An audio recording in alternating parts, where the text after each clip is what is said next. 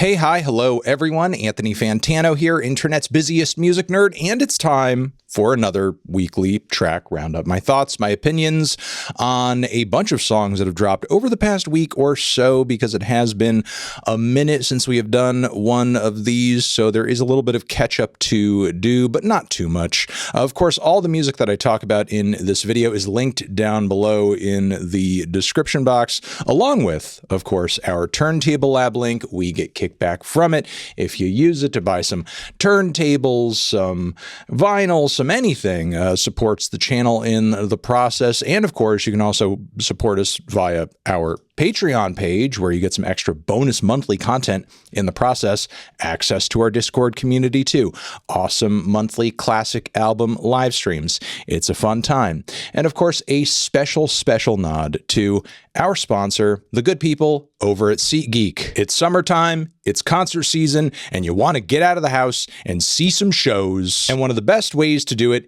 is by using SeatGeek. With over 35 million downloads, SeatGeek is the #1 rated ticketing app. And with over 70,000 events listed on it, you're sure to find your next concert, festival, or sports event. You want to see Bruno Mars? He's there. Ariana Grande, she's there. BTS, they're there. And SeatGeek also has your back by making the process easy and as painless as possible, with each ticket rated on a scale of 1 to 10, so you know how good of a deal you are getting, which is very clearly laid out with green and red dots, green being good, red being bad. Simple. Plus, every ticket is backed by their buyer guarantee. Use code FANTANO10 for 10% off your SeatGeek tickets, and make sure to download the app via the link in the description of this video. Shout out to SeatGeek and shout out to concerts. Okay, let's kick things off with the worst tracks of the week. They are as follows, starting off with this Yeat song, $1 Million Minion. Yes, Yeat doing yet another tie-in with, you know,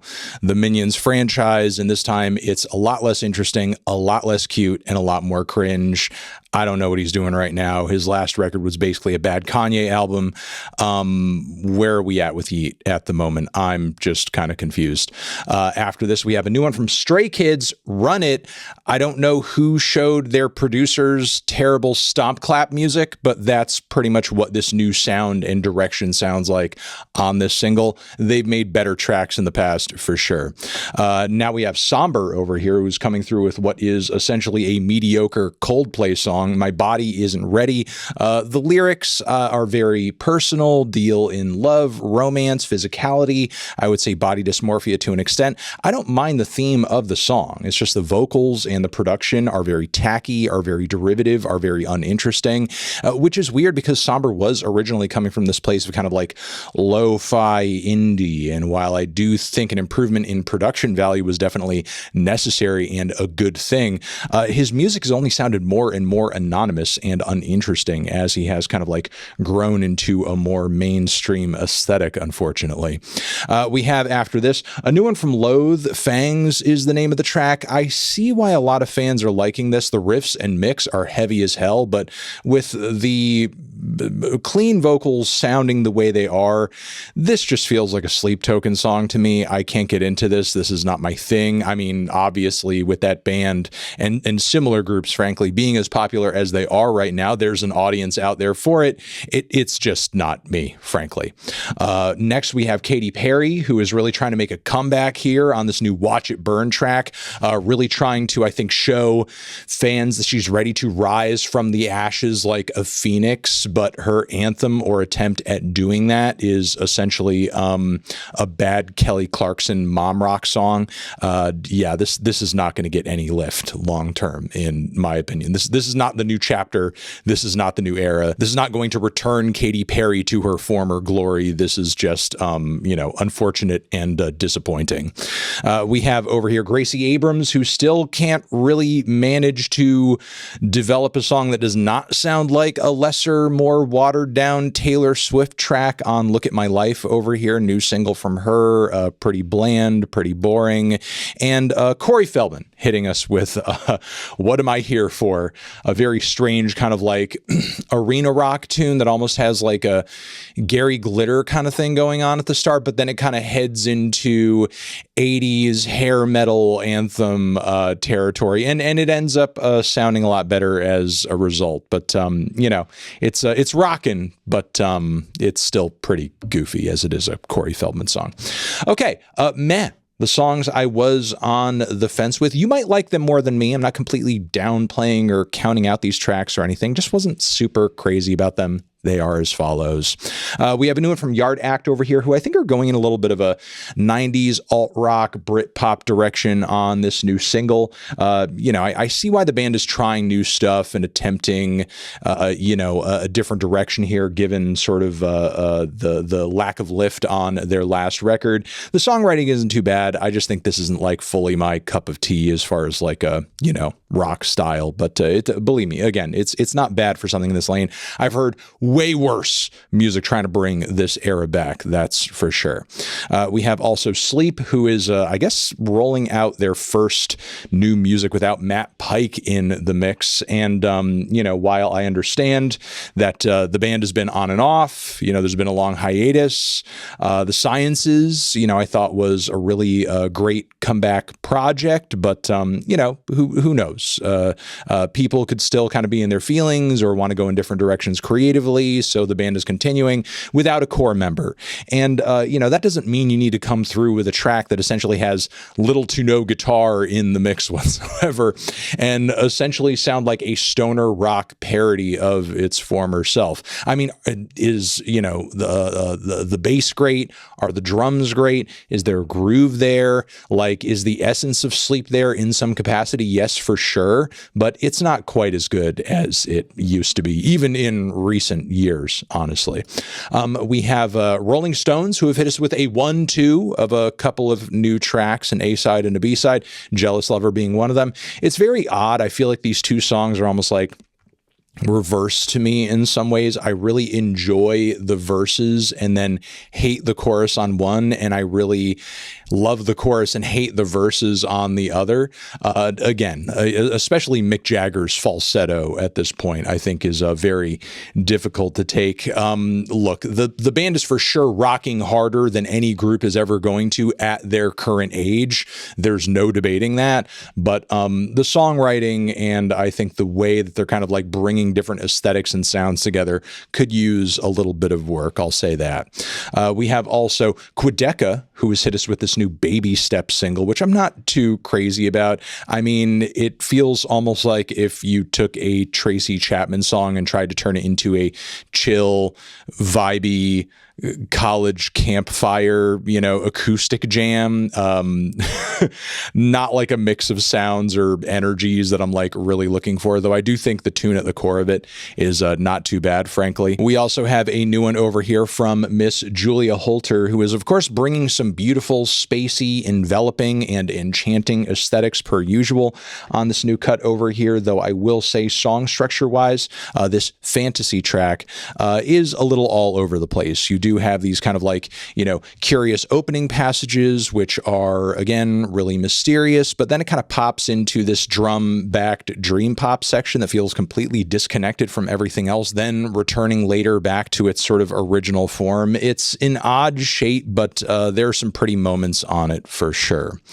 Going on from here, we have a new one from GloRilla and Pooh Shiesty, the former of the two sounding a lot better and more confident on the mic than the latter. Loving the smooth bass line on this instrumental as well. At this point, I feel like GloRilla could just continue doing tracks by herself or just collaborating with the other girls out there who are doing just as good stuff, if not better. And we also have a new one from Future, The Real Me. New record from him, Radio, is the first single, and just kind of sounds like your average Future song. I feel like this record could have dropped on any number of albums he's released over the past 10 years, and it would have sounded more or less like everything and anything else he was doing. I don't know. It's just kind of like a paint by numbers future track at this point. No more, no less.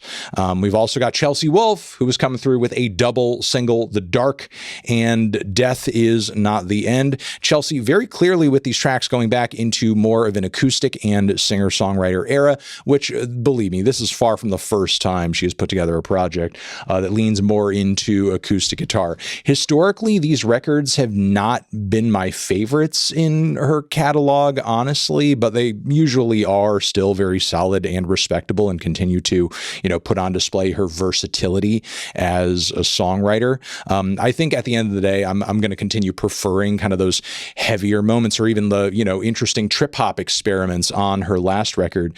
But, these two tracks are still not a bad listen. And I know when it comes to this slow, heavy, patient goth rock, some people do prefer like a little bit more of an acoustic touch in that sound, and Chelsea is most definitely bringing that in these tracks.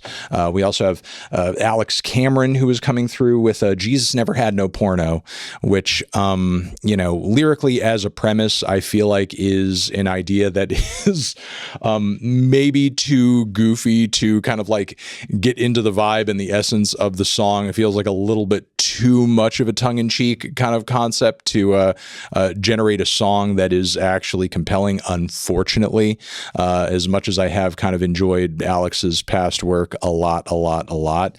And let's move into the best tracks of the week, because we have quite a few of those to go over as well. Starting with this fun, silly, playful little horsegiirL remix of the Wet Leg song, CPR, which I think brings out the zaniness of the track with some great dance beats to boot. Following this, shout out to Tiffany, who has collaborated with the one and only slayr on this track constantly. I feel like if anything, the song sort of shows how much creative overlap these two have, and they really bring the best out in each other on this track. Some rage vibes, some hyperpop vibes. It's really a killer track. All right, moving on from there, we have Steve Lacy, who was collabed with SZA on this brand new track over here, Is It Cool? Very rough around the edges beat that I think signals to Lacy's kind of, lo-fi DIY homespun roots, but I really like how kind of raw and confessional the song is in terms of cheating, messing up relationships, being a kind of unreliable lover, and SZA's contributions to the track are really nice too. We have also a new one over here from Russian Circles, one of the heaviest singles I think the band has ever put out. Empath is the name of the song, and it's just an absolutely crushing, sludgy mix with some just beautiful instrumental metal that I think a lot of you are going to get something out of. We also have a Voyager, new album from PJ Harvey, who is taking us on a bit of an Odyssey type sound and structure. The atmosphere is going crazy. PJ's vocals sound as good as ever, and the synths are quite fantastic too. Liking the direction here. Bold move at this point. We have a new one from No Cure over here, new-ish one. I liked this track quite a bit last week. The breakdowns are crazy. The pinch harmonics are insane. The vocals are absolutely bestial, slowly turning blue. It's a nasty track. Really looking forward to It's Going to Get Dark for sure.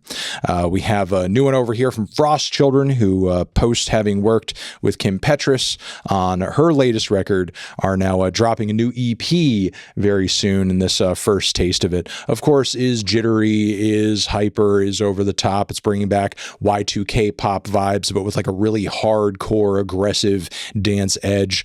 Some of the hard style drops on the back end of the song are really scratching a certain part of my brain that I deeply appreciate for sure. We also have a new one over here that I'm really liking from EsDeeKid. Finally sounding great, sounding punchy, sounding lively with these cleaner song mixes. RockWave is the name of the song, and it does have a bit of a rock edge to it.